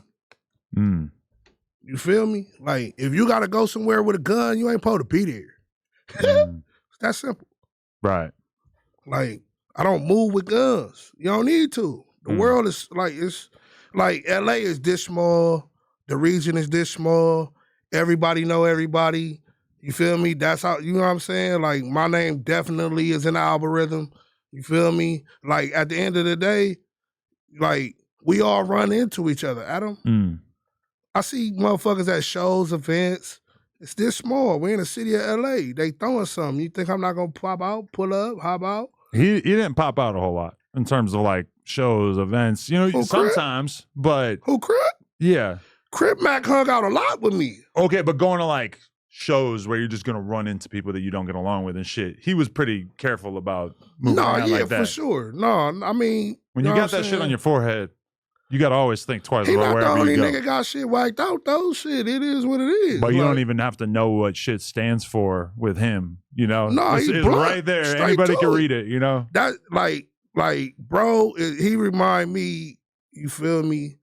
Of a he like his OE. You know what I'm saying? That's the last one right there. Oh yeah, that's dope. He forgot it here. I'm like, I'm gonna save that for him until he gets back. Yeah, that's dope. That's dope. But he reminds me of a younger me when I was misled. Mm. So I hope by him doing this time, it opens up his mind. It opens up because I know a lot of when you go to jail, a lot of motherfuckers fall off. They don't with you like that, Adam. Mm. You feel me? Like, and the same for my little bro 4 extras. Yeah. You feel me? Like, that's bro. Like, you know what I'm saying? We know what's going on. You feel me? Like, they try to put a lot on it. You feel me? Bro is a good dude. You feel me? But at the end of the day, niggas is from where they from. Right. You feel me? It's not nothing like, you know what I'm saying? It ain't, and the thing about it, like, when you from where you from, you don't have to promote it. Mm. You feel me? And I don't feel like him putting it on his forehead and walking around. Like, it's a lot of niggas out here that's whacked out, tattoos, all the shit. So I got some shit whacked out. Mm. Like, it is what it is. When you was growing up in that time and you was really on that, nigga, that's what it was. Right. Definitely. Yeah, 4 extras, though, I could say from, like, looking at the YouTube numbers and stuff that the way people attach themselves to him or the way that people are so interested in him is like, Right. I ain't seen it like that since Crip Mac. That's what I'm saying. We do a new interview and it's like people keep like they find out about him and they're just so fascinated by him. Right. And then but realistically, I think he's been home for like a year and he's been locked up like 3 times since he came home. Right. Which really makes me worry a little bit and wonder how this is gonna play out long term. Hopefully he can kind of figure his shit out. Man, bro gonna be all right. All he gotta do is just, you know what I'm saying? He, like, at the end of the day, you feel me? It's a means to everything. You feel me? Like, he just gotta know how to move around, and I'm pretty sure he gonna figure it out. You feel me? I had to figure it out. Mm. I'm pretty sure, you know what I'm saying? Crib Mac doing that Fed time, I'm pretty sure he got it a little figured out. Mm. You know what I'm saying? I see him calm down a lot. You know what I'm saying? He was on that phone stressing every day. You know what I'm saying? Calling in. You feel me? Yeah, Crip Mac, like you just kind of you hope it doesn't take him until he's 40 to be able to get his shit together. Like when you're facing 15 years in the federal penitentiary, like this ain't LAPD. This is the FBI. Right. Yeah. You know what I'm saying? Like the FBI, they ain't playing with you. You feel me? Like they move different. You know what I'm saying? So I'm pretty sure, you feel me? Like this go round, he probably got. The county is different from the Fed. So I think he got it at this. He got a baby now too. I heard. Hopefully that could kind of make him. I heard it changed me for the better when I had kids. You know, that being his first child, might, you know what I mean? That's what I'm up like. But you just gotta know how to move. You just gotta know how to move. When you out here, you know what I'm saying? Just know how to move and know who for you. You know what I'm saying? Because it's like, you know what I'm saying? We have heart-to-hearts amongst each other. You feel me? You know what I'm saying? I'm not going to go into detail what we talk about, but it's like everybody's aware of, you know what I'm saying, the leechers, the clout chasers, you feel me? Like, yeah, man. Definitely. Okay. The people are going to want to know, where are you at with the Brick Baby conversation? Because I've seen you had an Instagram post up about him. Had some issues with how he's been moving.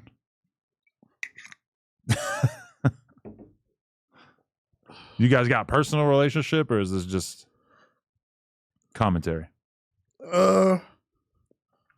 That's bro. He from Rolling 60s, I'm from East Coast. You feel me? Like, in that moment, because I can't take it back and it's already out there, you feel me? Like, DW Flame asked him for a nap, that ain't how we getting down. You know what I'm talking about? Like, not to bring it up or, you know what I'm saying, rehash old shit. Yeah, we don't got to go into the super detailed version of it. Yeah. That's not how we getting down, you feel me? And I took offense to it, and I felt like, you know what I'm saying, that's like being in the county jail and a nigga use that word, you're going to get off. Like, but again, then you had them niggas playing again, Adam. oh, we were just doing it for the likes and the clicks and you feel me? You lose niggas like me at that point. But I that's don't no longer pay you attention.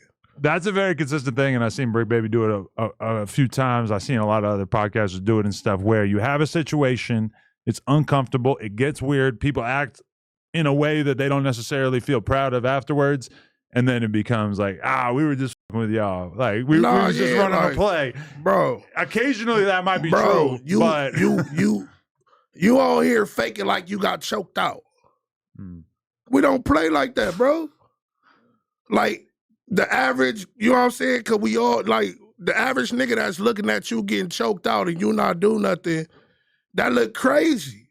You know what I'm saying? But then to only find out that y'all was just playing, like, that's when I stopped paying attention to a lot of this goofy shit. I'm like, I don't even pay this shit no mind, bro. Like, because it'll suck you and have you all in your, like, because like I said, I got a heart for my homies, like, you know? But I don't know bro personally. Like, you know what I'm saying? I'm much older than him, you feel me? But at the end of the day, you feel me? We have an alliance. You know what I'm saying? My hood is good with his hood good with my hood. I feel like that time period where DW and Brick were on the podcast together was kind of an eye-opening experience to realize that if you take two people who got not real issues, but they're from hoods that wouldn't 100% get along, it's like a ticking time bomb on a podcast when you got to sit there for hours and hours and hours each week. It's like that shit is bound to turn into something eventually. Nah, man, not when you standing on business. Yeah. You feel me? If you my friend, you my friend. You feel me? And if we cool, we cool. You know? If we standing on business, shit, hell no. Like, it's just like, that's just what it is. If I with you, I with you. If I don't with you, I don't with you. I'm not finna be faking on the internet for clicks, likes, baits, views, and shit like that. That's just not how I get down. That's not how we get down in my community. You feel me? Like, you know what I'm saying? I'm not putting nothing on the dead homies 1,000 times. None of that type of shit. Like, that shit don't represent the community right. Like, you was gonna get off, you should have got off. Like, don't call me and try to break this shit down. And you know what I'm saying? Because when he was I believe Spider-Loc had him on the phone or some shit when I got that phone call. So I was still in the midst of like in my feelings about you getting like in our eyes, you got marked out. What should he have done in that moment when fire this shit up?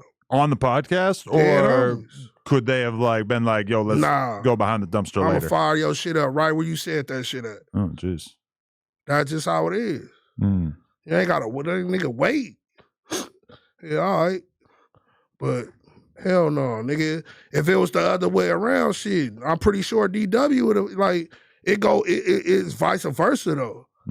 You feel me? The bro ain't finna diss, you know, the trades, you feel me? Like, he shouldn't have dissed the homies. Like, but had the homie did that, yeah, I would expect for DW to fire his shit up. I guess it's kind of an issue of like, how professional do you want to keep it when you're on a podcast? Yeah, but at the end of the day, again, you feel me? Like, where we come from, we don't play like that. Niggas that actually died over this shit. You feel me? Doing time in the penitentiary over this shit. We don't play like when you in jail, like all of us been to prison, bro. Let me just keep it real with you. DW been to jail. Brick been to jail. Spider been to jail. I've been to jail. Every nigga on your pocket, 4Action been to jail.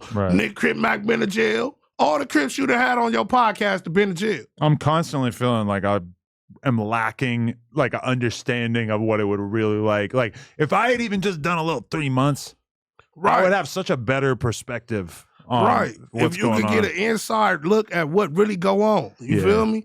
But you know what I'm saying? In jail, you know not to disrespect the other core. You feel me? Or it's gonna be consequences. You got to answer to somebody. These niggas feel like they don't gotta answer to nobody.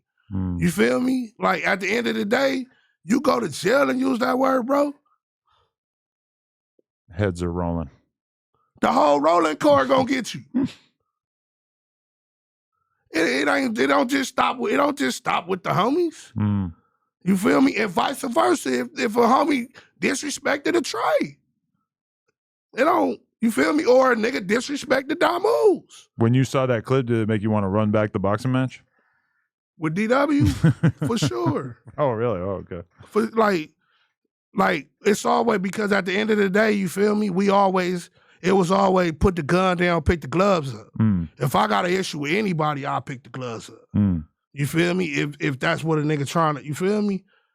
Like that was the message. In the streets, we gonna knuckle up. Mm. You feel me?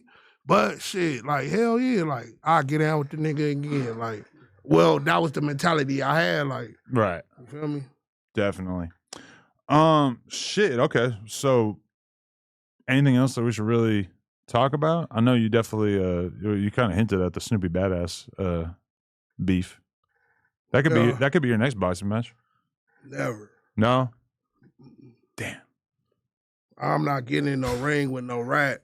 Oh shit. I wouldn't that's why I turned the Bosco fade down. I'm not getting in the ring with no rat. I'm not finna fight no nigga that ain't told. Like, who'd he rat on? I gotta look into that. What? Who'd Bosco tell him? Man. You talking about that old shit? When his mama was right there telling the story for him. Okay, yeah. Like, I haven't seen that in a while. Yeah. My issue with Bosco is that we were always cool. And I saw an interview clip the other day where he was talking about me and Adam, we was always tight. And then he starts just being around Whack 100 and he starts talking shit. I don't know what the he's talking about. I don't remember talking shit about him. I always felt like I kept it reasonable with him. Right. I feel like he just gets a little too into that victim mentality because I don't think I ever really said anything about him. I don't know what pissed him off. I don't even know if he can remember. Niggas be cloud chasing, bro. Mm. Now, I dissed him in the song. I said something about he got an avocado nose. I mean, what? That's what got him famous, right? We rapping. But that's what got him famous, right? Oh, that fucking Rose Bowl shit we back in the talking day. about Bosco. He's a comedian. I really knew about Bosco 2010 when that shit cracked off back in the day. That's as far as it go. Like, you feel me? When it comes to Bosco, he's a comedian. He's a clown. Like, who gives a f*** you bagged on his nose in the rap? Yeah. That shit was funny. He says that he's a comedian, I think, I mean, he a funny dude. He got jokes. He's funny. You know what I'm saying? He's real funny. Mm. You know what I'm saying? Like, gotta give him that. Yeah, like the little shit he say be having me rolling. I'm not gonna lie. Like, I'll tune into that shit, laugh my ass off. But at the end of the day, it's some clown shit. It was just entertaining. I mean, entertaining at the time, and then shit. Right. Next to the next clip or whatever I was doing, you feel me? Definitely. So what else you working on? What you got going on? Man, I have a lot going on, Adam. I have Grinding Off Lyrics, my podcast. You know what I'm saying? I got that for my up and coming artists. You feel me? And then I have The City Got Talent again. You feel me? I don't want not to express that. You feel me? Because it's really about, you know what I'm saying, finding talent. Like, it's been a lot of gatekeepers when it comes to the rap. You feel me? I know a gang of talent. You feel me? Like, so why not use my platform, you know what I'm saying, to give back? So with that being said, The City Got Talent, we have a nonprofit organization where we deal with the kids throughout the day. We have shout out to my homeboy Swift. You know what I'm saying? Up out the Lotus Park Paru. You feel me? We're over there at Lotus Park. And we're around the corner from Lotus Park, and we're working with the kids after school programs and things of that nature. Shout out to L7, you know what I'm saying? Because without L7, we wouldn't be able to, like, as far as me being a part of the program, we wouldn't have nowhere for the kids to go. So just giving back to the kids is that what I'm really on right now. Like, we have after school programs. We teach them how to engineer. We teach them how to produce. We teach them how to write, teach them how to act. You ghostwrite. We have free studio sessions. That's what I bring, you know what I'm saying, to the table as far as networking, you know what I'm saying? I fell back kind of like off rap and just decided to do reality TV and find talent and get my production on. My producer, you know what I'm saying? I figured you make more money doing this producing shit than the rapping shit, you feel me? Definitely. Damn, you just got me thinking about just the amount of different stuff you could do with a camera that people would be willing to invest in, pay for, or whatever. Right. Long as it got substance and something that we all can relate to, you know? Girl, because when you started talking about that, I just started thinking about the Blueface Girls Club. Yeah. And how that was, he saw something right there very early on. And that bro, nobody saw back then. And that's my thing. He had the girls behind him. Yeah. You feel me? And it blew up. You feel me? But the thing about it is, like, a lot of people don't understand. And I commend Blueface for that. Because not only did you come with that reality TV show, you gave a lot of women opportunity. Right. You know what I'm saying? Because a lot of them girls that be on your reality TV, they go on to be stars, you know? Like, Blueface, tip my hat to the boy, you feel me? That's the type of shit I'm on. Like, finding talent, boom, and being able to up your game, and you know what I'm saying, may the best man win. Whoever gets to the top first, as long as we at the top. No, definitely. And if you really think about it, like, from doing that show, he found the girl that basically, like, blew him up bigger than he had ever been and created years worth of content. Now, granted, he's locked up now. It's like partially because of bullshit involving her and whatnot, and she's looking at 8 years. Which is kind of crazy, but is that his baby? Yeah, well, I believe so. I seen some shit like, oh boy, he was doing a DNA test. There's so much rumors about that shit. I honestly don't know. And I was just wondering if she gets locked up for 8 years, that's gonna be a goddamn tragedy. And but having a baby and getting locked up for 8 years is just I don't even know what to say about that. But hopefully that don't go like that. Man, bro, it's sad. But at the end of the day, you know, you gotta learn. Yeah. You feel me? You have to learn, bro. Like, you're at the top of your game. When I get to the top of my game, Adam, ain't nothing could distract me. No scallywags? No scallywags. You feel me? What's Blueface gonna do? Wife up a normal bitch? For sure. Well, yeah, Jaden's like normal. Yeah, she held him down for all those years. Yeah, she's... But he already got one. Ride with Clearly he wants more, you know? I mean, you know what I'm saying? Like, you know, like, but why not ride with what held you down, you know? Yeah. Like, I get it, the content, the show, all the shit, but I do that shit. I fuck a lot of bitches, all the shits, you know what I'm saying? I put bitches on in positions that they never been and all type of shit. I put niggas on too. You feel me? But at the end of the day, you feel me? I'm always go back to home, you feel me? Like, me and my wife, we got a great understanding. This is business. You know what I'm saying? Nothing but business, you feel me? And at the end of the day, when I come home, I'm home. When I'm in the streets, I'm in the streets. When I'm, you know, that's another thing. A lot of dudes, you know what I'm saying, they confuse this social media shit, you know what I'm saying, and with the streets. It's two different things. You know what I'm saying? Like, what I do for content and how I feed my family, that's just how I feed my family, bro. You feel me? You're not putting no dollars in my pocket. Shut the up. You know what I'm talking about? But when I'm in the streets, I'm standing on business. I'm a regular nigga, you know? That's real. Moneybag Rose, appreciate you coming in, man.